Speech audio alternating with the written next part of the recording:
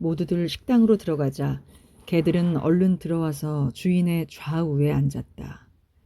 주인은 개들에게 쉴 새 없이 먹을 것을 주고 비단같이 부드러운 긴 귀를 쓰다듬어 주었다. 개들은 머리를 내밀고 꼬리를 흔들었으며 만족한 듯이 가볍게 몸을 떨었다. 저녁 식사가 끝난 뒤 잔느와 줄리앙이 떠날 준비를 하자 푸르빌르 씨는 횃불을 켜서 고기 잡는 것을 보여주겠다고 그들을 다시 붙들었다. 백작은 두 사람을 백작 부인과 함께 못으로 내려가는 계단에 세워놓고 자기는 투망과 횃불을 든 하인과 함께 배에 올랐다. 밤은 청명했고 황금을 뿌려놓은 것 같은 하늘 아래는 냉기가 살을 찌르는 듯했다. 갑자기 거대하고 괴상한 그림자가 환한 숲의 기슭에 우뚝 솟아올랐다. 머리는 나무들을 넘어서 하늘 속으로 자취를 감추었고 발은 못 속에 잠겨 있었다. 터무니없이 큰 그 존재는 마치 별을 따려는 것처럼 두 팔을 쳐들었다. 배가 다시 조용하게 방향을 돌리자 그 불가사의한 환영은 환히 밝아진 숲을 따라 달려가는 것 같았다. 그러다가 보이지 않는 수평선 속으로 가라앉았다. 그러고는 이번에는 더 분명하게 이상한 몸짓을 하면서 저택의 현관 위에 다시 나타났다. 그리고 백작의 굵은 목소리가 들렸다. 여보, 8마리 잡았어. 노가 물결을 때렸다. 거대한 그림자는 이제는 성벽 위에 움직이지 않고 가만히 서 있었으나 키도 몸집도 줄어들었고 머리는 밑으로 내려가고 몸은 여위어가는 것 같았다. 푸르빌루 씨가 여전히 횃불을 들고 있는 하인을 데리고 돌 층계로 다시 올라왔을 때 백작의 그물 속에서는 펄떡펄떡 뛰는 8마리의 커다란 물고기가 들어있었다. 잔느와 줄리앙이 그들이 빌려준 망토와 담요로 몸을 완전히 감싸고 길을 떠날 때 잔느는 무심하게 말했다. 백작은 정말 선량한 분 같아요. 그러자 마차를 몰고 있던 줄리앙이 대답했다. 그렇긴 해. 하지만 남 앞에서 언제나 지나친 행동을 한단 말이야. 일주일 후에는 이 지방에 제일 가는 귀족 집안이라고 알려져 있는 쿠틀리의 가를 방문했다. 레미닐의 영지는 카니의 큰 부락과 인접해 있었다. 루이 14세 때 지어진 이 새 저택은 벽으로 둘러싸인 제복을 입은 하인들이 장엄한 방 안으로 방문객들을 안내했다. 방의 한가운데에는 일종의 원주가 세부르산의 거대한 술잔을 받치고 있고 받침돌 속에는 군주로부터의 이 선물을 쿠틀리의 후작에게 준다는 국왕의 친서가 수정판 속에 들어있었다. 잔느와 줄리앙이 국왕의 선물을 보고 있을 때 후작 부부가 들어왔다. 후작 부인은 얼굴에 분을 바르고 억지로 친절한 체하면서 겸손해 보이고 싶어 일부러 꾸민 듯한 태도를 취하고 있었다. 후작은 흰 머리를 똑바로 빗어 올린 뚱뚱한 남자였는데 그의 몸짓이나 음성, 태도에서 모두에게 자기의 지위를 나타내는 거만한 태도가 드러나 보였다. 그들은 대답도 기다리지 않고 자기들만 이야기하고 무관심한 모습으로 미소 지었다. 잔느와 줄리앙은 어찌할 바를 몰라서 환심을 사려고 노력도 해보았다. 더 머물러 있기도 거북하고 그렇다고 물러가는 것도 부적당했다. 후작 부인이 예의 바른 여왕처럼 적당한 시기에 이야기를 중단함으로써 방문은 자연스럽고도 간단하게 끝이 났다. 돌아오면서 줄리앙이 말했다. 당신만 괜찮다면 방문은 이 정도에서 끝내기로 합시다. 나는 푸르빌르 가만으로 충분해. 잔느도 그의 의견과 같았다. 12월이 천천히 지나갔다. 지난해와 마찬가지로 칩거의 생활이 다시 시작되었다. 그러나 잔느는 폴에게 정신이 팔려서 조금도 지루하지 않았다. 줄리앙은 불안스럽고 못마땅한 시선으로 폴을 곁눈질하였다. 가끔 잔느가 아기를 품에 안고 줄리앙에게 내밀면서 말했다. 아이에게 입 좀 맞추어 주세요. 아이가 사랑스럽지 않나요? 그러면 줄리앙은 싫은 표정으로 어린애의 매끈한 이마에 입술 끝을 가볍게 대고 말았다. 그러고 나서는 급히 나가버렸다. 촌장과 의사, 신부는 이따금 와서 저녁 식사를 했다. 때로는 푸르빌르 부부도 함께 했는데 그들과는 점점 더 친밀한 교제가 이루어졌다. 백작은 폴을 몹시 좋아하는 것 같았다. 방문하는 동안 줄곧 그를 무릎 위에 올려놓기도 하고 오후 내내 안고 있을 때도 있었다. 그는 거인 같은 큰 손으로 섬세하게 아이를 다루었으며 귀여워 못 견디겠다는 듯이 키스를 하는 것이었다. 그는 자기의 결혼 생활에 아이가 없다는 것을 늘 괴로워하고 있었다. 3월은 청명하고 건조했으며 거의 온화한 날씨였다. 백작 부인은 넷이서 함께 승마를 하는 것에 대해 다시 이야기를 꺼냈다. 단조로운 하루하루에 실증이 난 잔느는 이 계획에 기뻐하면서 승낙하였다. 일주일 동안 그녀는 승마복을 만드는 것으로 시간을 보냈다. 네 사람은 승마 산책을 시작했다. 그들은 언제나 두 사람씩 짝을 지어갔다. 백작 부인과 줄리앙이 앞서서 가고 백작과 잔느는 100보쯤 떨어진 뒤에서 달렸다. 뒤의 사람들은 조용하게 이야기를 나누었다. 앞서가는 사람들은 자주 낮은 소리로 이야기를 했고 이따금 격렬한 웃음을 터뜨렸으며 갑자기 입으로 말하지 못하는 것을 눈으로 말하는 것처럼 서로를 쳐다보곤 하였다. 그리고 그들은 더 멀리, 아주 멀리 가고 싶은 욕망, 달아나고 싶은 욕망에 때밀려 갑자기 전속력으로 달리는 것이었다. 그러고 나면 백작 부인은 웬일인지 신경질적으로 변했다. 그녀의 날카로운 목소리는 미풍에 실려 이따금 뒤처진 두 사람에게까지 들려왔다. 그러자 백작은 미소를 지으면서 잔느에게 말했다. 내 아내는 항상 기분이 좋지 않답니다. 어느 날 저녁 집으로 돌아오면서 백작 부인은 자기의 앞말을 부추기며 박차를 가하였고 갑자기 고삐를 잡아당기곤 했다. 그러자 줄리앙이 몇 번이나 그녀에게 이렇게 말했다. 조심하십시오. 그러다간 말이 뛸지 모릅니다. 그녀는 앙칼진 목소리로 대꾸를 했다. 당신이 상관할 일이 아니에요. 그 또렷한 말은 분명하고 딱딱했다. 말은 뒷발로 서서 땅을 걷어차고 거품을 내뿜었다. 갑자기 불안해진 백작이 크게 소리를 질렀다. 조심해요, 여보! 그러자 도전이라도 하는 것처럼 신경질적인 발작으로 말의 두 귀 사이를 난폭하게 채찍으로 후려 갈겼다. 미친 듯이 날뛰며 일어선 말은 앞다리로 허공을 차고는 다시 발을 내리치면서 무서운 기세로 있는 힘을 다해 들판을 달려갔다. 부인! 부인! 줄리앙은 아연실색해서 그 자리에 선 채로 소리쳤다. 백작은 뭐라고 투덜거리더니 묵직한 말의 목덜미에 허리를 구부리고 말을 몰았다. 잔느는 저 멀리 아내와 남편의 두 그림자가 마치 두 마리의 새가 서로 쫓고 서로 놓치고 하면서 달리는 것을 보았다. 그러자 줄리앙이 화가 난 표정으로 중얼거렸다. 오늘은 저 여자가 머리가 돈 것 같군. 15분쯤 지나서 백작 부부가 돌아오는 것이 보였다. 백작은 얼굴이 빨갛게 달아올라 땀을 흘렸으며 떨고 있는 아내의 말을 잡고 있었다. 부인은 고통스럽고 경련이 이는 얼굴로 창백해 있었다. 그녀는 정신을 잃기라도 할 것처럼 남편의 어깨에 한 손을 짚고 몸을 지탱하고 있었다. 잔느는 백작이 미칠 듯이 아내를 사랑하고 있다는 것을 알았다.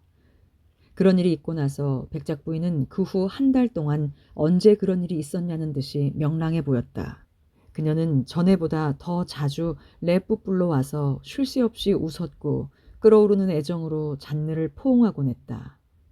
그녀의 남편도 역시 아주 행복해서 잠시도 아내에게서 눈을 떼지 않았다. 어느 날 저녁 백작이 잔느에게 말했다. 우린 지금 행복에 잠겨 있답니다. 지금까지 질베르트가 이렇게 상냥해 본 적은 없습니다. 이제는 기분이 나쁘다든지 화를 내지도 않아요. 나는 그녀가 나를 사랑하고 있다는 것을 느낍니다. 지금까지는 확신이 없었거든요. 줄리앙도 역시 변한 것 같았다. 전보다 더 명랑했고 짜증도 부리지 않았다. 마치 두 집안의 우정이 각 가정에 평화와 기쁨을 가져다 준 것 같았다. 봄은 이상하게 빨리 오고 따뜻했다. 온화한 아침부터 조용하고 포근한 저녁까지 태양은 대지의 온 표면에 싹을 트게 했다.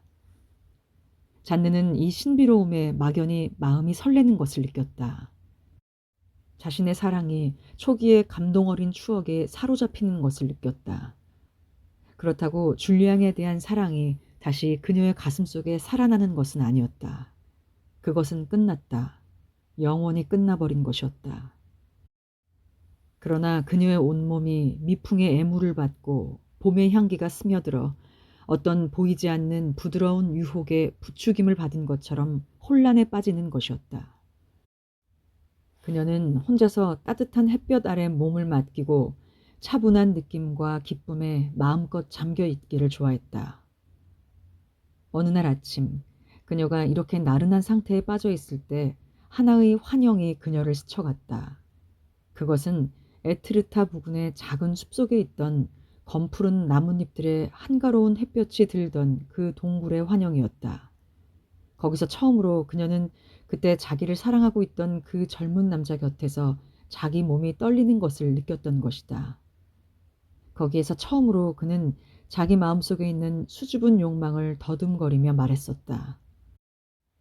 또한 그녀가 희망으로 빛나는 미래에 닿은 것 같이 생각되었던 것도 바로 거기에서였다. 그녀는 그 숲을 다시 보고 싶었다. 그 장소로 다시 돌아가는 것이 자기 인생의 운행에 있어서 그 무엇을 변하게 할지도 모른다는 일종의 감상적인 순례를 하고 싶었다. 줄리앙은 어디로 갔는지 새벽부터 집에 없었다. 그녀는 마르탱의 그 작은 흰 말에 안장을 얹게 했는데 요즘은 가끔 이 말을 타곤 했다. 그녀는 출발했다. 어느 곳에도 무엇 하나 움직이지 않고 풀 한 폭이 잎사귀 하나 움직이지 않는 그런 조용한 날이었다. 마치 바람이 죽어버린 듯이 모든 것이 이 세상 끝까지 움직이지 않는 것 같았다. 벌레들조차도 사라져버린 것 같았다. 잔느는 행복하여 몸을 흔들면서 조랑말의 보통 걸음으로 나아갔다. 가끔 그녀는 눈을 들어 아주 자잘한 흰 구름을 올려다보았다. 푸른 하늘 한가운데 홀로 높이 잊힌 듯이 떠있는 수증기의 뭉치, 한 줌의 손뭉치 같은 구름이었다. 그녀는 에트르타의 문이라고 불리는 절벽의 그 커다란 아치 사이의 바다로 빠지는 계곡으로 내려갔다. 그리고 숲에 닿았다. 아직 가녀린 푸른 잎사귀들 사이로 빗살이 비 오듯 내리비치고 있었다. 그녀는 그 장소를 찾지 못하고 좁은 길을 헤매었다. 기다란 길을 가로지르자 그녀는 그 길의 맨 끄트머리에서 안장이 얹힌 두 마리의 말이 나무에 메어져 있는 것을 보았다. 그녀는 그 말들을 곧 알아보았다. 그것은 백작 부인과 줄리앙의 말이었다. 고독이 그녀를 짓누르기 시작한 터라 그녀는 이 예기치 않은 만남이 기뻤다. 그녀는 빨리 말을 몰았다. 두 마리의 말들이 있는 곳에 이르자 그녀는 그들을 불러보았다. 하지만 아무런 대답도 없었다. 백작 부인의 장갑 한 짝과 두 개의 채찍이 짓이겨진 잔대 위에 떨어져 있었다. 그러고 보니 그들이 여기에 앉아 있다가 말을 남겨두고 멀리 간 것 같았다.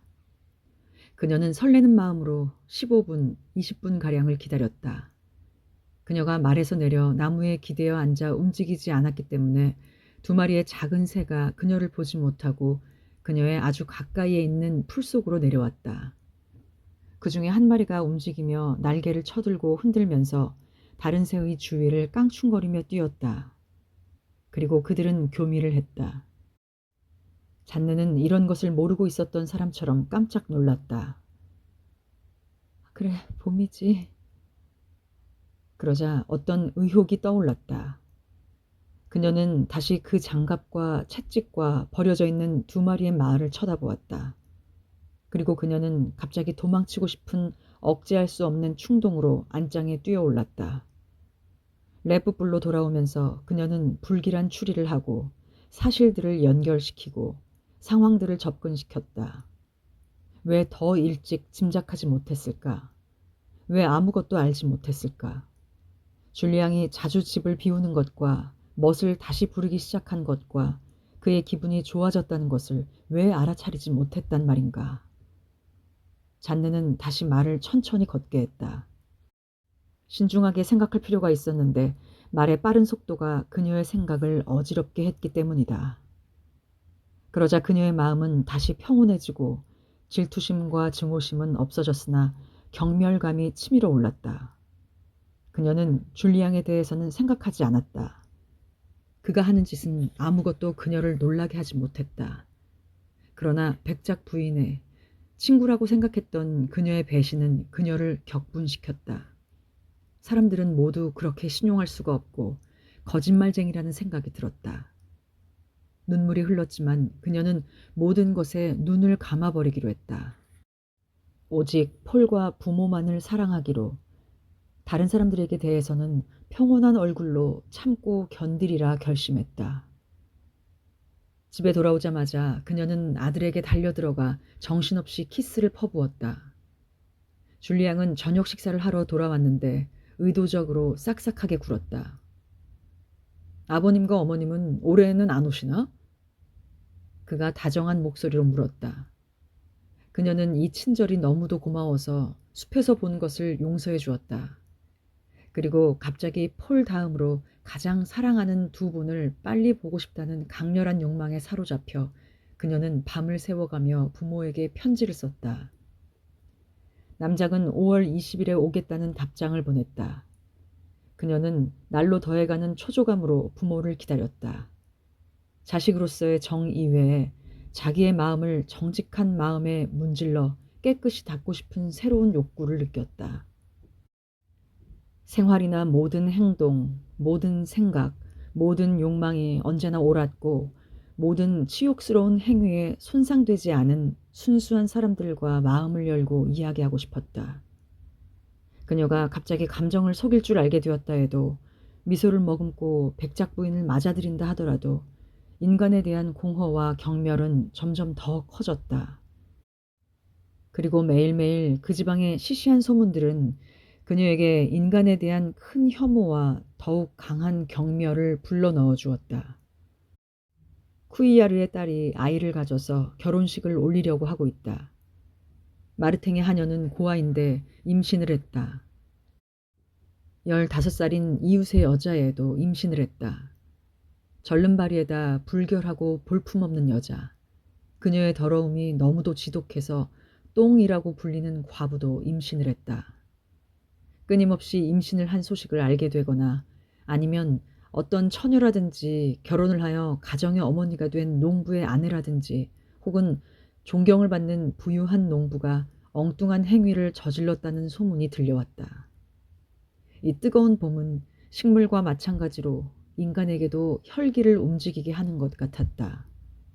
그러나 잔느의 꺼져버린 관능은 이제는 동요되지 않았고 상처 입은 마음, 감상적인 영혼만이 결실을 맺게 하는 훈훈한 가운데 움직이는 것 같았다. 인간들의 이런 결합은 자연을 거스르는 것처럼 그녀를 분개시켰다. 만약 그녀가 백작 부인에게 원한을 품고 있다면 자기 남편을 빼앗았다고 해서가 아니라 그녀가 일반적인 악덕의 수렁 속에 빠져 있다는 사실 그 자체에 있는 것이다. 그녀는 촌스러운 족속은 결코 아니다. 그런데 어째서 그녀는 그런 짐승 같은 사람들과 똑같은 식으로 빠져들어 갈 수 있단 말인가. 영마차가 층계 앞에 멈추고 남작의 얼굴이 창문에 나타나자 잔느는 한 번도 느껴보지 못했던 깊은 감동과 애정의 충동이 일었다. 그러나 어머니의 모습을 보았을 땐 깜짝 놀랐다. 남작 부인은 겨울 동안 10년이나 늙어버린 것이었다. 축 늘어진 그 굉장한 볼은 피부가 부풀어 오른 것처럼 붉게 물들어 있었다. 눈은 흐릿해진 것 같았다. 두 팔 밑으로 받쳐주지 않으면 이제는 움직이지도 못했다. 괴롭게 쉬는 숨은 휘파람 소리를 냈다. 그리고 너무나 힘들어 보여서 곁에 있는 사람도 고통스럽고 거북한 느낌을 갖게 했다. 남작은 매일 보아왔기 때문에 이런 쇠퇴를 전혀 알아보지 못했다. 부인이 늘 숨이 차다는 것, 점점 몸이 무거워진다는 것을 한탄할 때면 그는 이렇게 대답하곤 했다. 당신은 내가 더 잘 알아. 그럴 리가 없어. 잔느는 부모를 방에 모셔다 드리고 나서 자기 방으로 돌아와 울었다. 그러고 나서는 아버지를 만나러 가서 가슴에 뛰어들며 여전히 눈물이 가득한 눈으로 말했다. 어쩌면 어머니가 저렇게 변하셨죠? 어머니가 왜 이렇게 되셨는지 말해주세요. 아버지는 매우 놀라서 대답했다. 그렇게 생각하니? 그럴 리가 없다. 난 어머니 곁을 한시도 떠난 적이 없다. 단언하지만 어머니는 아무렇지도 않다. 그날 밤 줄리 양은 아내에게 말했다. 당신 어머니는 건강이 점점 나빠지시는군. 병이 나신 것 같아. 그 말에 잔느가 울음을 터뜨리자 그는 신경질을 냈다. 회복할 가망이 없다고 말하진 않았어. 당신은 언제나 터무니없이 과장하려 든단 말이야. 어머니가 변하셨다는 것뿐이야. 그건 나이 탓이야. 일주일쯤 지나자 잔느는 어머니의 새로운 모습에 익숙해져서 더 이상 거기에 대해선 생각이 나지 않게 되었다. 남작 부인은 걸을 수가 없어 매일 30분밖에는 밖으로 나가지 못했다. 자신의 산책 코스를 다녀오고 나면 더는 움직일 수가 없어 벤치에 앉게 해달라고 청했다. 그리고 산책을 끝까지 마치지 못할 것 같은 생각이 들면 이렇게 말하는 것이었다. 쉬자꾸나. 오늘은 내 비대증이 다리를 못 쓰게 만드는구나. 그녀는 이제 거의 소리내어 웃지도 않았다. 작년 같으면 몸을 흔들면서 웃어댈 일에도 그저 미소만 지을 뿐이었다. 그러나 시력은 아직도 뛰어났기 때문에 책을 읽으면서 시간을 보냈다. 그리고 나서는 추억의 서랍을 가져오라고 부탁하는 것이었다. 그러면 무릎 위에다 자기 마음의 다정한 낡은 편지들을 쏟아놓고 서랍은 자기 곁에 있는 의자 위에 놓아두고 하나하나 천천히 다시 읽은 후에 자기의 유물들을 하나씩 그 속에 다시 넣는 것이었다. 그리고 마침 혼자 있을 때에는 사랑하는 고인의 머리털에 남몰래 입을 맞추듯이 그 중에 어떤 편지에 입을 맞추는 것이었다. 이따금 잔느는 눈물을 흘리고 있는 어머니를 보곤 했다. 왜 그러세요, 어머니? 잔느가 물을 떼면 남작 부인은 긴 한숨을 내쉰 후에 대답했다. 내 유물들 때문에 그런단다. 지금은 흘러가 버린 그 시절들이 생각이 나서 게다가 이제 거의 생각나지도 않는 사람들이 문득 생각나기도 하고 그 사람들을 만나 그들의 이야기를 듣고 있는 것 같은 일이 생긴단다. 이 다음에 너도 그것을 알게 될 거야. 이때 옆을 지나던 남작이 중얼거렸다. 얘야, 네 편지들은 간직하지 말고 태워버려라. 늙어서 젊은 시절의 추억에 사로잡히는 것은 못 쓴다. 그러나 잔느 역시 자기의 편지들을 간수해 두었고 자기의 유물 상자도 준비해 두었다. 그녀는 어머니와는 모든 면에 있어서 달랐지만 감상적인 성격만은 닮은 구석이 많았다. 며칠 후 남작은 볼 일이 있어 집을 비웠다. 날씨는 화창했다. 낮은 말할 수 없이 화창했고 밤에는 별들이 총총한 밤하늘을 수놓았다. 남작 부인의 건강은 점차 회복해갔다.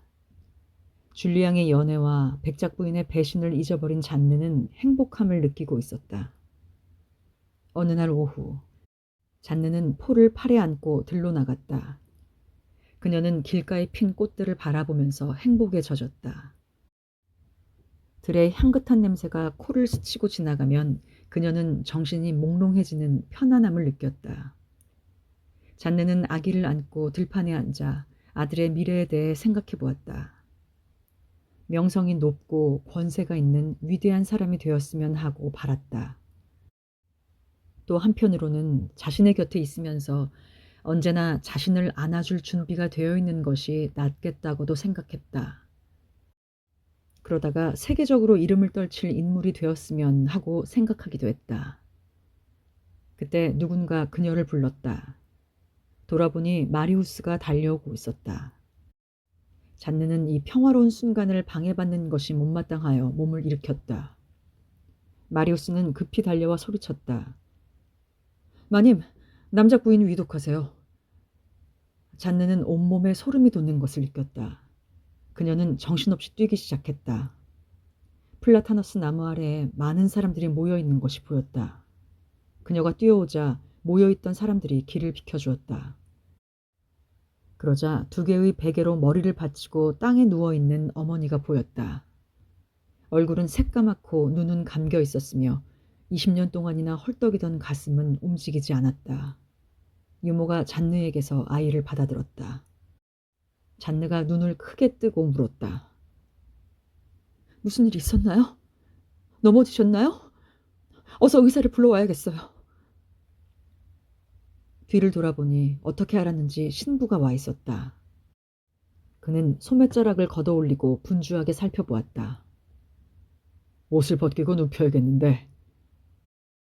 신부의 말에 소작인 조세프 쿠이아로와 시몽 영감이 루디빈느를 도와 남작 부인을 집 안으로 데려가려고 했다. 그러나 너무 무거운 나머지 머리가 뒤로 처지고 그들이 잡고 있던 옷이 찢어졌다. 그러자 그들은 거대하고 맥없는 몸을 땅에 다시 내려놓았다. 잔느는 무서움에 울부짖기 시작했다. 다른 도리가 없어 거실에 안락의자를 하나 가져와 남작 부인을 앉히고 들어 올렸다.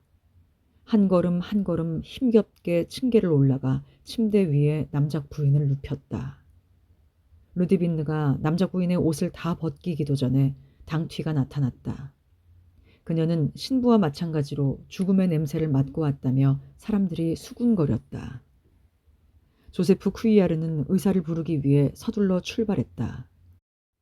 신부가 성유를 가지러 가려고 하자 당튀가 그의 귀에 대고 속삭였다. 소용없습니다, 신부님. 이미 돌아가셨습니다. 잔느는 어떻게 해야 할지, 어떤 약을 써야 할지 알려달라며 미친 사람처럼 울부짖었다. 신부는 눈을 감고 조용히 기도문을 외웠다. 그 모습에 잔느는 가슴을 쥐어뜯으면서 통곡했다. 문이 열리고 의사가 나타났을 때 잔느는 희망의 등불이 켜지는 기분이 들었다. 그래서 의사에게 달려들어 자신이 알고 있는 모든 것을 얘기하려 들었다. 어머니는 늘 그렇듯이 산책을 했습니다. 몸은 그 언제보다도 건강하셨어요. 점심에는 수프와 계란 2개를 드셨죠. 갑자기 쓰러지신 거예요. 보시다시피 이렇게 새까매지셨어요. 더는 움직이지를 못하세요. 그녀는 당튀가 의사에게 이미 죽었다는 몸짓을 보이는 것을 보고 의사의 옷자락에 매달렸다. 돌아가신 게 아니죠? 그냥 위독하신 거죠? 의사는 조용히 말했다. 유감스럽지만 아무래도 가망이 없으신 것 같군요. 용기를 가지세요. 그 말에 잔느는 2 팔을 벌려 어머니를 끌어안았다. 잠시 후 줄리앙이 들어왔다. 그는 슬픈 기색도 없이 어리둥절한 표정으로 서 있었다. 너무도 갑작스럽게 당한 일이라 이 상황에 어울리는 표정을 취할 수 없는 모양이었다. 이렇게 될 줄 알았지. 그럴 것 같더라니까. 그러더니 손수건을 꺼내 눈물을 닦으며 무릎을 꿇고 성호를 그었다. 그는 자리에서 일어나면서 아내를 일으키려고 했다. 그러나 그녀는 2 팔로 시신을 움켜잡고 끊임없이 입을 맞추었다. 억지로라도 그녀를 떼어놓아야겠다고 느낀 줄리앙은 그녀를 끌어안고 방 밖으로 나갔다. 그녀는 미친 듯이 몸부림치며 울부짖었다. 1시간이 지나서야 그녀가 다시 그 방에 오는 것이 허락되었다. 방은 이미 시신을 안치해 놓은 방처럼 꾸며져 있었다. 줄리앙과 신부는 창가에 서서 낮은 소리로 이야기를 주고받았다. 당튀는 안락의자에 앉아 편안한 태도로 졸고 있었다. 날이 저물었다. 신부는 잔느에게 다가가 두 손을 잡고 위로의 말을 전했다. 그는 고인에 대해 이야기했고 성직자의 말투로 찬양을 했으며 남작 부인의 곁에서 기도를 올리고 밤을 보내겠노라고 제의했다. 그러나 잔느는 눈물을 흘리면서 거절했다. 그녀는 혼자서 어머니와의 마지막 밤을 보내고 싶었다. 조용히 그들의 말을 듣고 있던 줄리앙이 다가왔다. 혼자선 안 돼. 나와 함께 있도록 해. 그녀는 더 이상 말할 기운이 없어 고개만 가로저었다. 그러다 가까스로 기운을 내 중얼거렸다. 내 어머니예요. 나 혼자서 밤샘을 하고 싶어요. 의사가 잔느를 거들었다. 하시고 싶다는 대로 두시지요. 당튀를 옆방에 두면 되니까. 신부와 줄리앙도 그 말을 따르기로 했다. 뭘 좀 먹는 게 어때? 줄리앙의 말에 잔느는 아무 대답도 하지 않았다. 기운을 차리려면 음식을 좀 먹는 게 좋을 거야. 얼른 아버지를 모셔오도록 해주세요. 줄리앙은 루앙으로 사람을 보내기 위해 방을 나갔다. 밤이 되자 어둠이 방 안으로 밀려들어와 시신을 덮었다. 당튀가 초두자루에 불을 붙여 탁자 위에 가만히 올려놓았다. 잔느는 아무것도 보지 않고 아무것도 느끼지 않고 아무것도 알아차리지 못하는 것 같았다. 줄리앙이 방으로 들어와 다시 물었다. 정말 아무것도 먹지 않겠어? 잔느는 고개를 가로저었다. 끝내 혼자 있을 생각인가? 그녀는 무의식적으로 그의 손을 잡았다. 그랬으면 좋겠어요. 부탁이에요. 그는 그녀의 이마에 입을 맞추며 속삭였다. 가끔 들어와 보지. 그는 당튀와 함께 밖으로 나갔다.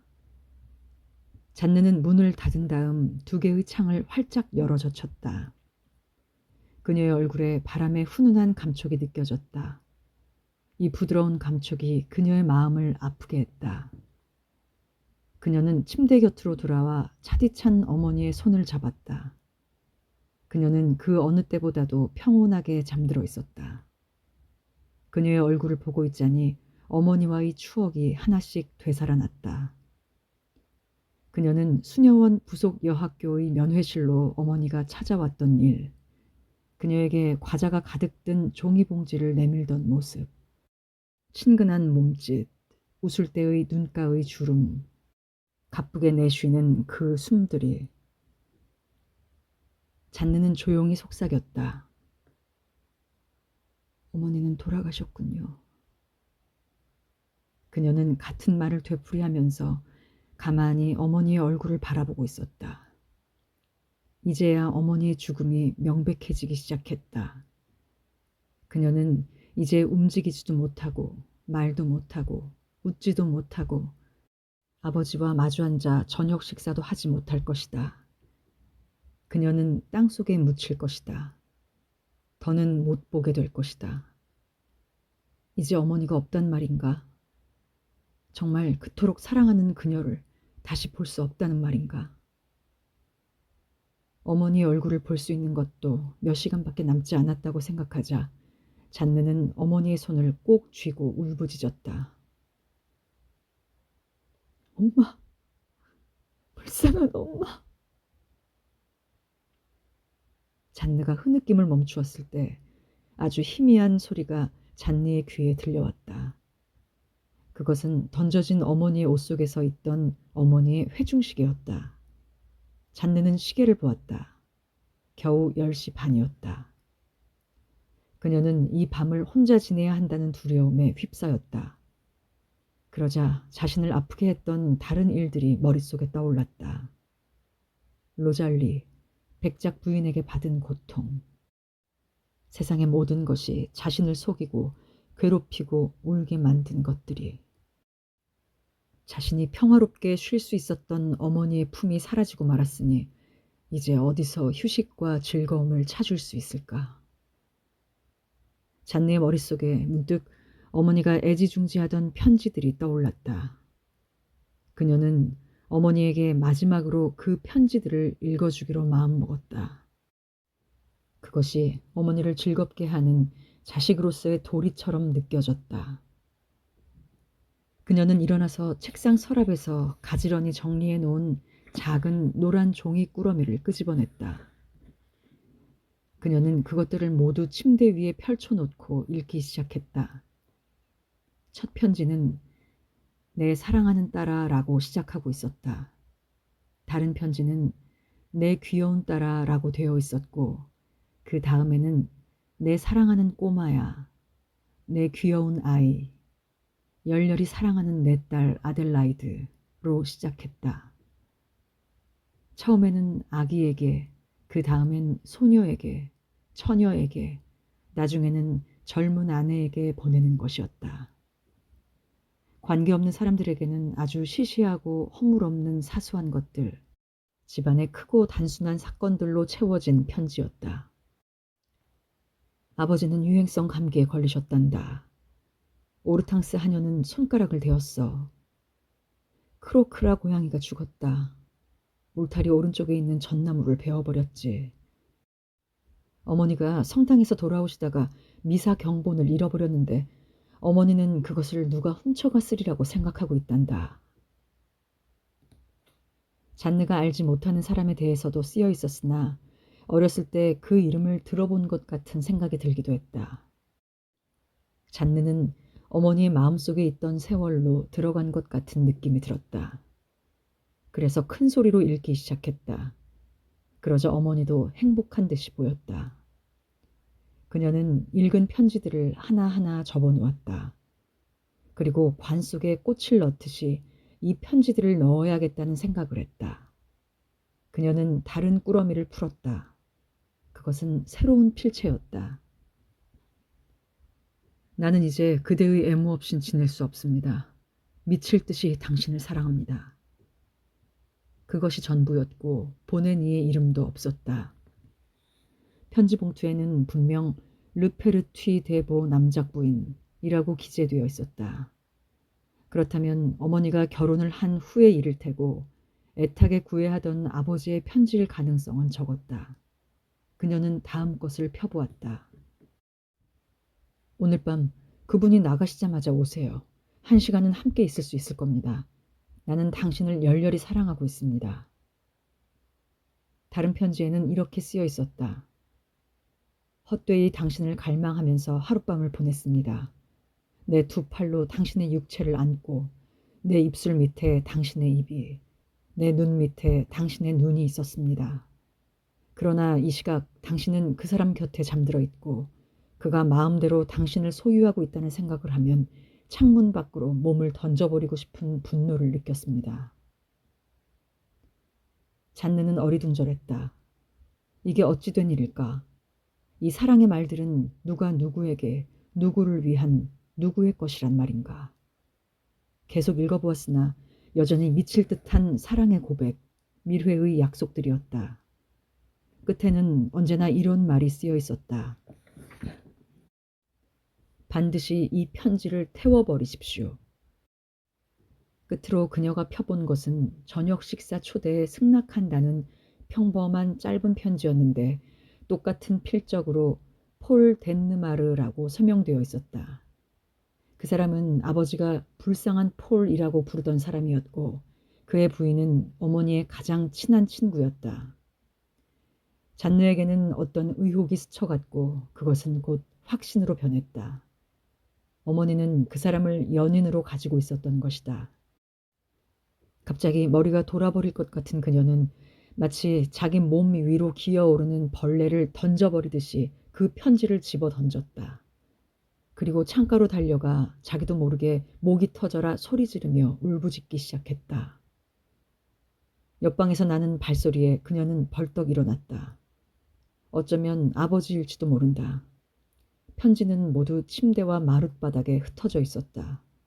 하나만 읽어봐도 아버지는 견딜 수 없는 충격을 받을 것이 분명했다. 잔느는 얼른 낡은 편지들을 집어들었다. 조부모의 것들과 연인의 것, 아직 펴보지 않은 것, 그리고 책상 서랍 속에 아직도 묶인 채로 있는 것들을 모두 벽난로 속에 던져버렸다.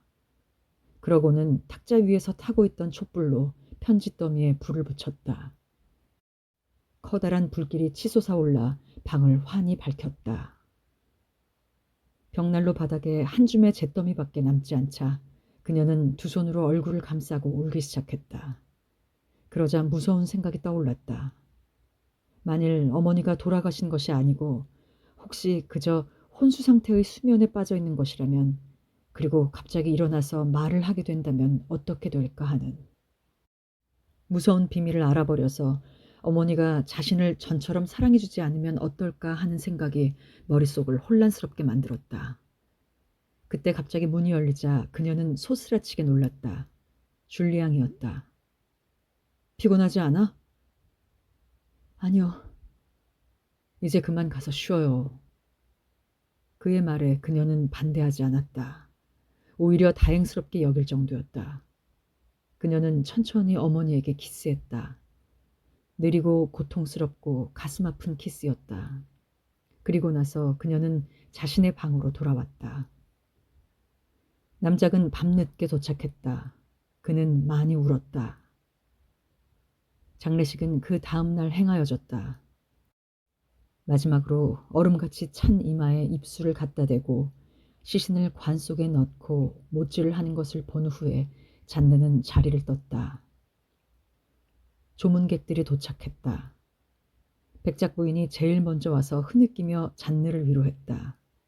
여러 대의 마차들이 속속 도착했다. 집 안에는 사람들로 북적였다. 상복을 입은 부인들이 하나 둘 방으로 들어왔다. 잔느가 전혀 모르는 부인들이었다. 쿠툴리의 후작 부인과 부르즈빌 자작 부인이 잔느에게 키스했다. 그녀는 리종 이모가 자신의 뒤에 슬그머니 들어와 있는 것을 알았다. 잔느는 그녀를 꼭 껴안았다. 줄리앙이 상복을 입고 우아한 모습으로 방으로 들어왔다. 사람들이 많이 몰려드는 것에 흡족한 듯 보였다. 그는 잔느에게 상의할 것이 있다면서 낮은 소리로 말했다. 귀족은 모두 다 왔군. 아주 잘된 일이야. 그리고 그는 부인들에게 정중히 인사를 하면서 다시 나갔다. 장례식이 거행되는 동안 리종 이모와 질베르트 백작 부인만이 잔느 곁에 남아 있었다. 백작 부인은 쉴 새 없이 잔느를 위로했다. 푸르빌르 백작이 아내를 찾으러 방에 왔을 때 그는 마치 자신의 어머니를 여인 듯이 슬피 울고 있었다. 슬픈 나날들이 이어졌다. 텅 비어버린 것 같은 집안에는 침울한 분위기가 계속되었고 잔느는 고인의 물건들을 대할 때마다 고통스러웠다. 게다가 잔느는 자신이 발견했던 그것에 대한 기억에 짓눌려 있었다. 상처받은 가슴은 치유되지 않았다. 남작은 며칠을 더 머물고 루앙으로 돌아갔다. 레프뿔은 서서히 평온을 되찾았다. 그러던 중에 폴이 병이 들었다. 이성을 잃어버린 잔느는 자지도 않고 거의 먹지도 않고 열흘을 아이 곁에서 보냈다. 아이는 낳았지만 잔느는 그 아이가 죽을지도 모른다는 공포에 사로잡혀 있었다. 그러자 슬며시 아이가 하나 더 있어야겠다는 막연한 욕구가 생겼다. 그녀는 딸 하나를 더 갖고 싶다는 생각을 오래전부터 하고 있긴 했지만 그 욕망은 갑자기 불이 붙은 듯 강렬해졌다. 그러나 로잘리의 사건 이후로 그녀는 줄리앙과 별거 생활을 해왔다. 게다가 줄리앙은 백작 부인과 사랑에 빠져 있었다. 그것을 알고 있는 그녀로서는 그와 잠자리를 하는 생각만 해도 몸소리가 쳐졌다. 그러나 그녀는 참아낼 수 있을 것 같았다. 그만큼 아이에 대한 욕심이 그녀를 애타게 만들었다. 잔느는 어떻게 그와 다시 키스를 시작할 수 있을까 하고 생각해 보았다. 자기의 의도를 알아차리게 되면 오히려 모욕감을 느낄 것이다. 남편은 더 이상 잔느에 대해서는 생각하지도 않는 것 같았다. 차라리 포기하자고 생각도 했지만 밤마다 그녀는 딸에 대한 꿈을 꾸기 시작하였다. 그 아이가 플라타너스 아래에서 폴과 함께 놀고 있는 꿈을. 이따금 그녀는 무작정 침실로 남편을 찾아가고 싶은 충동을 느낄 때가 있었다. 2번이나 그의 방문까지 갔다가 수치심으로 가슴이 떨려 돌아오곤 했다. 남작은 떠났고 어머니는 돌아가셨다. 잔느는 이제 의논할 사람도 마음속의 비밀을 털어놓을 사람도 없다. 그래서 그녀는 피코 신부를 찾아가서 그녀가 가지고 있는 어려운 계획을 말하기로 결심했다. 그녀가 찾아갔을 때 신부는 작은 정원에서 성모 일과서를 읽고 있었다. 몇 분 동안 이 얘기 저 얘기를 하다가 그녀는 얼굴을 붉히면서 고해를 하고 싶다고 말했다. 신부는 이어 웃어대기 시작했다. 큰 죄를 갖고 있을 것 같진 않군요. 그녀는 당황하며 다시 말을 이었다. 그렇진 않아요. 그러나 조언을 청할 것이 있어서요. 그렇다면 고해실에서 듣기로 하겠습니다. 가시지요. 그러나 그녀는 텅 빈 교회 안에서 부끄러운 이야기를 하는 것이 꺼려져 신부를 붙들었다. 신부님만 괜찮으시다면 여기에서 말씀드릴 수 있습니다. 그녀는 어떻게 설명을 해야 할지, 어떻게 말을 꺼내야 할지 고심을 했다. 그들은 정원 옆에 놓여있는 의자에 앉았다. 그러자 그녀는 마치 고해를 하는 듯이 말을 시작했다. 신부님. 그러고 나서는 망설이다가 다시 반복했다. 신부님. 그러고는 마음이 흔들려 입을 다물어 버렸다. 신부는 배 위에 2 손을 깍지 끼고 기다렸다. 그녀가 난처해하는 것을 보고 그는 용기를 돋아주었다. 말하기가 힘드신가 보군요. 자, 용기를 내세요. 신부님, 저는 아이를 하나 더 갖고 싶습니다. 신부는 무슨 말인지 몰라 아무 대답을 하지 않았다. 저는 이제 세상에서 저 혼자입니다. 아버지와 남편은 서로 뜻이 맞지 않고 어머니는 돌아가셨습니다. 그런데 아들을 잃을 뻔했습니다. 그렇게 되면 전 어떻게 되겠어요? 어리둥절한 신부가 그녀를 쳐다보았다. 자, 요점을 말해보세요. 그녀가 되풀이해서 거듭 말했다. 저는 아이 하나를 더 갖고 싶습니다. 그러자 신부는 미소를 지었다. 그건 오로지 부인에게 달린 것 같군요.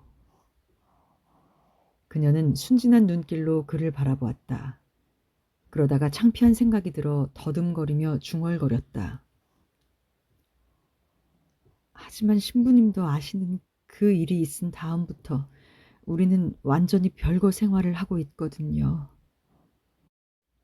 시골에 품위가 없는 도덕관념과 뒤죽박죽인 것에 익숙해 있는 신부도 이 새로운 사실에 놀랐다.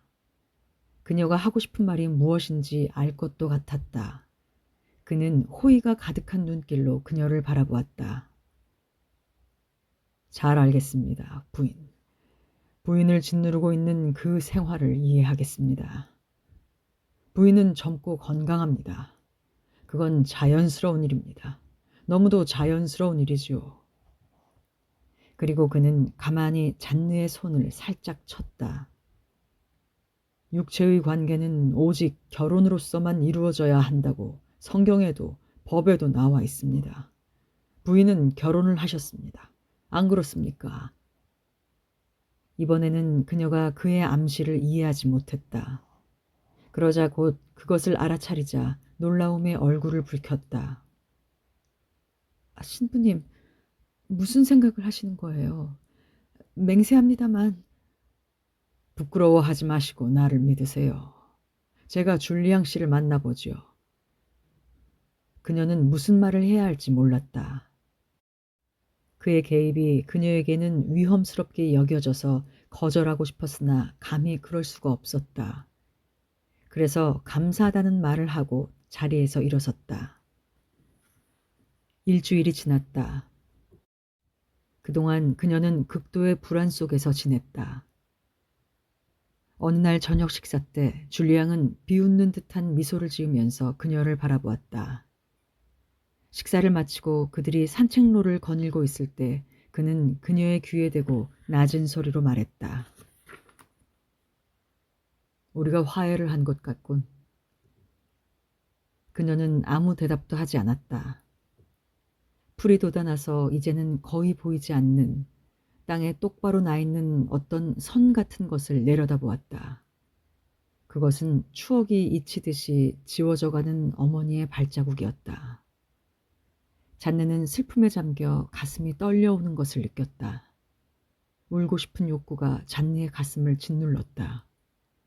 가까운 친구에게 진심을 털어놓고 싶은 욕구, 자기 마음의 고통을 하소연하면서 그것을 껴안고 싶은 욕구로 가슴이 답답했다. 그녀는 두 팔을 벌리고 줄리앙의 가슴에 쓰러졌다. 그녀는 울었다. 줄리앙은 놀라 가만히 서 있었다. 그는 잔느가 아직도 자기를 사랑하고 있다고 생각하고 그녀의 목덜미에 키스를 했다. 그날 밤 그들은 함께 그 밤을 보냈다.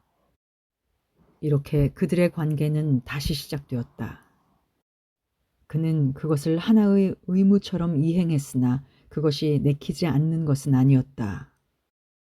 그녀는 그것을 역겹고 고통스러운 필요로서 감내했으며 임신했다고 느껴지면 영원히 그 관계를 그만둘 결심이었다. 그러나 얼마 안 가서 그녀는 남편의 애무가 전과는 다르다는 것을 알게 되었다. 보다 세련되었는진 몰라도 완전하진 못했다.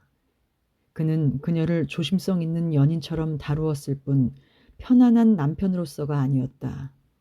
그는 그녀가 임신이 될 수 있는 상태가 되기 전에 관계를 멈추어 버렸다.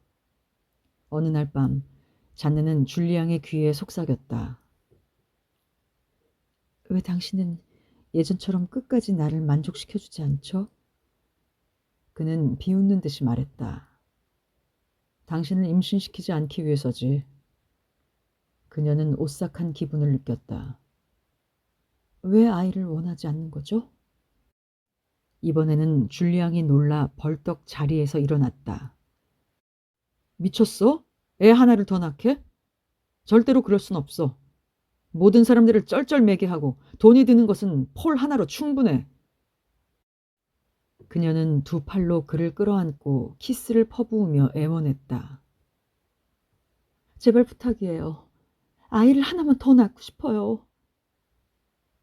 그러나 그는 몹시 화를 냈다.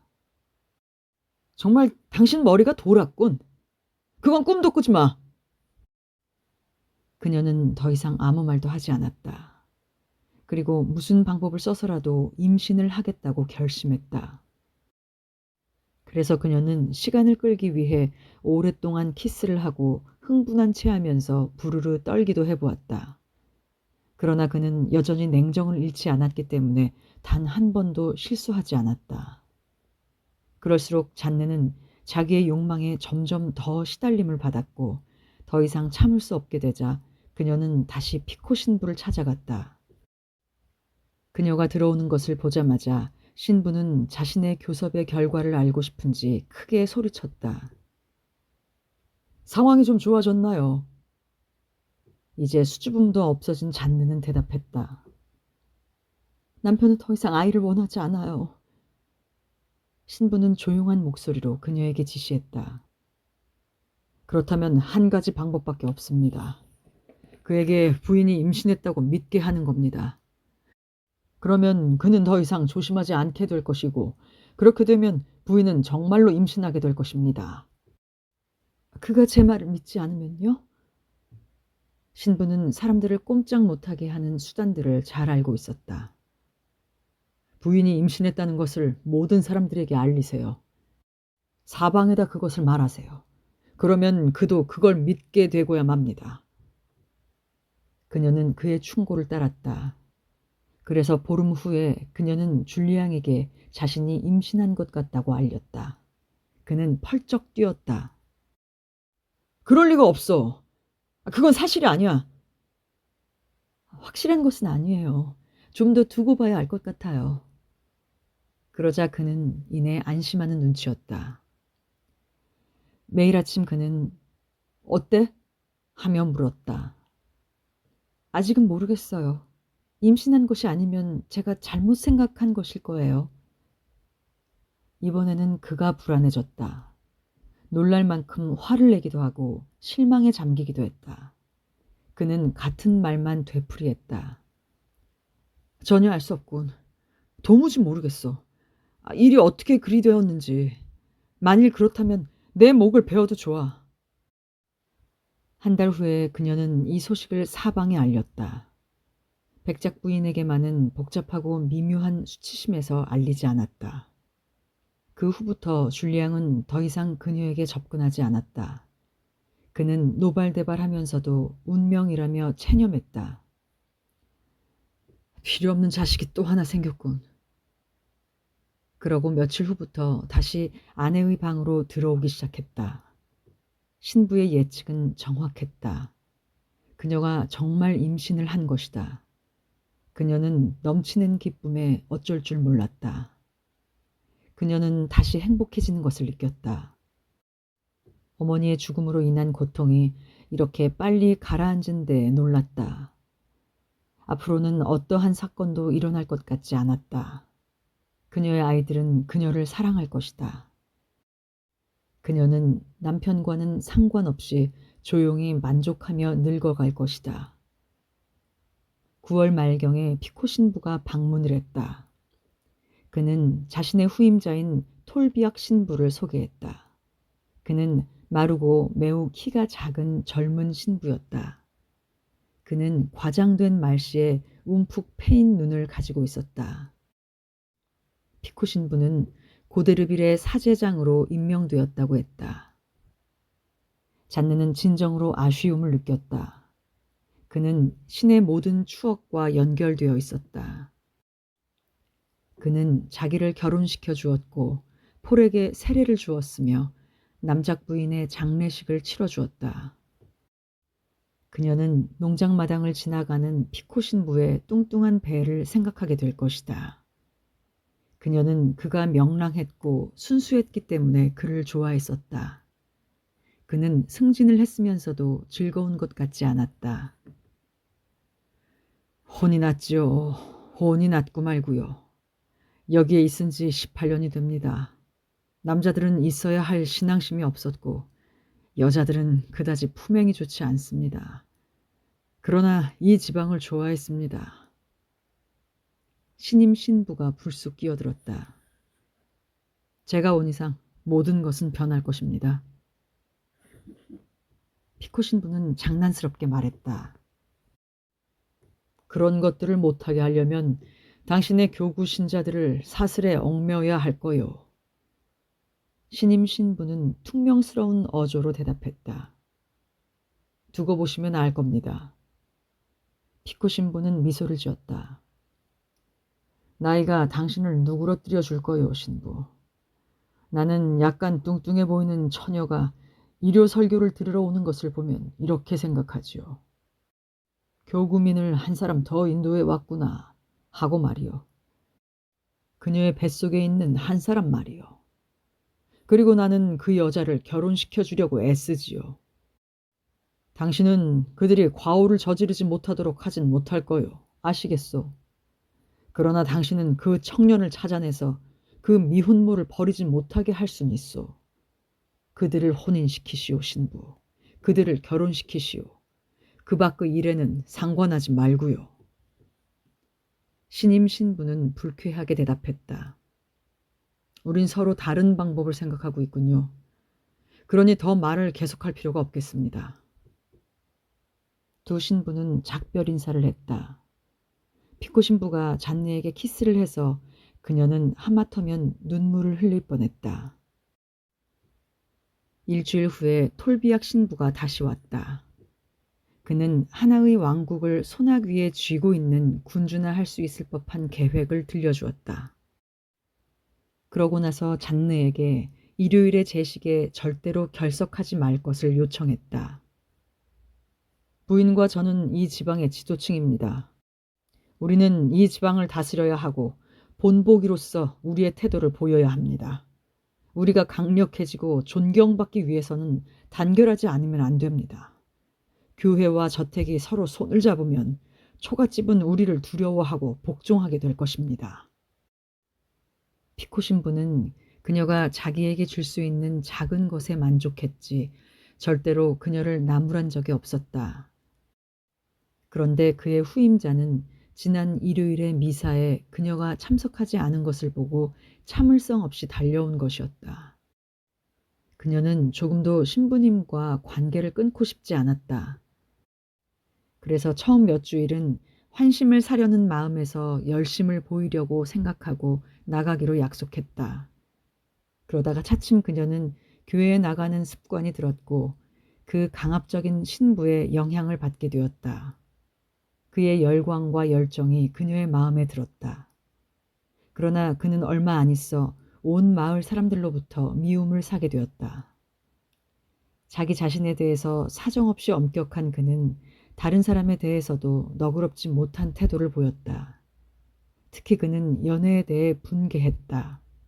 그는 설교에서 성욕에 대해서 모욕적인 말을 퍼부으며 흥분했다. 성당에서 키 큰 녀석들과 계집애들이 서로 음험한 시선을 슬그머니 주고받자 그는 몹시 화를 냈고 정조를 짓밟힌 처녀에게는 끝내 사면을 거절했다. 한 번은 자기 앞에서도 떨어지지 않는 두 사람을 발견한 적이 있었다. 그들은 서로 허리를 껴안고 키스를 하면서 걷고 있었다. 그만두지 못해! 이 버릇없는 것들아! 신부가 소리쳤다. 그러자 젊은이는 돌아다 보면서 대답했다. 이건 당신하고는 상관없는 일이니 신경 쓰지 마세요. 그러자 신부는 돌을 집어 그들에게 집어던졌다. 두 사람은 낄낄거리면서 도망갔다. 다음 일요일에 신부는 설교 중에 그들의 이름을 폭로했다. 그 후로 모든 젊은이들은 미사에 나가는 것을 그만두었다. 신부는 토요일마다 랩불에서 저녁 식사를 했다. 그리고 평일에도 종종 이야기를 나누려고 들렀다. 줄리앙은 매우 공손하게 신임 신부를 예우했다. 그 신부는 내 마음에 들어. 타협하지 않거든. 그리고 그는 고해도 하고 성체 배령도 하면서 놀랄 만큼 모범을 보였다. 줄리앙은 거의 매일 푸르빌르 가로 갔는데 백작과 함께 사냥을 하거나 비가 오나 폭풍우가 치나 상관없이 백작 부인과 함께 말을 타기도 했다. 백작은 걱정스러우면서도 이렇게 말하곤 했다. 저 사람들은 말에 미쳤군. 그러나 내 아내에게는 좋은 일이야. 남작은 12월 중순경에 돌아왔다. 그는 변해 있었다. 늙고 지치고 어두운 슬픔 속에 잠겨 있었다. 그것이 딸에게 더한 신뢰와 애정을 갖게 했다. 잔느는 아버지에게 자기의 새로운 생각이나 톨비악 신부와의 친교, 그리고 자기의 종교적인 열정 등을 털어놓지 않았다. 그러나 신부를 처음 본 순간 남작은 그에 대해 격렬한 적개심이 끓어오르는 것을 느꼈다. 그날 밤 잔느가 남작에게 물었다. 그분을 어떻게 생각하세요? 그 사람은 종교재판소의 판사야. 매우 위험한 사람임에 틀림없다. 그러고 나서 그의 친구인 농부들로부터 젊은 신부의 엄격성과 난폭한 행위를 들어 알았을 때 마음속에서 증오가 폭발했다. 그래서 그는 이 농가에서 저 농가로 다니며 생명의 박해자인 신부에 대하여 맹렬한 반대 운동을 펴기 시작했다. 잔느는 슬픔에 잠겨 아버지에게 애원했다. 그러나 그의 대답은 언제나 같았다. 그런 인간들과 싸우지 않으면 안 된다. 그것은 우리들의 권리요 의무란다. 그는 긴 백발을 흔들면서 되뇌었다. 젊은 신부는 적을 충분히 의식하고 있었으나 잔느를 믿고 최후의 승리를 확신하며 기회를 기다렸다. 그러던 중 신부는 우연히 줄리앙과 질베르트의 불륜을 목격했다. 그는 무슨 일이 있더라도 그들의 관계를 중단시키고 싶었다. 어느 날 그는 잔느를 만나러 갔다. 비유적인 이야기를 한 후 그녀의 집안에 있는 악과 싸우고 멸망시키기 위해 위험에 처해 있는 두 영혼을 구원하기 위해 자기에게 협력해 줄 것을 부탁했다. 그녀는 그 말을 이해할 수가 없어 구체적으로 설명해 달라고 부탁했다. 아직 때가 되지 않았군요. 나중에 다시 뵙겠습니다. 신부는 짧은 말을 남기고 나가버렸다. 겨울은 끝나가고 있었다. 시골에서 썩은 겨울이라고 하는 축축한 겨울이었다. 신부는 며칠 후에 다시 왔다. 그러고는 나무랄 데 없어야만 하는 사람들의 가당치 않은 관계에 대해서 모호한 말로 이야기했다. 그는 모든 방법을 다 동원해서라도 그것을 막아야 하는 것은 사실을 알고 있는 사람들이 해야 할 일이라고 말했다. 그는 잔느의 손을 잡고 도와달라고 간청했다. 잔느는 그제야 신부의 말을 알아들을 수 있었다. 그러나 그녀는 조용한 집에 괴로운 일이 일어날 수도 있다는 것을 생각하니 공포에 사로잡혔다. 그래서 그녀는 신부가 무엇을 말하고자 하는지 알지 못하는 채했다. 그러자 신부는 더 이상 망설일 수 없어 분명하게 이야기했다.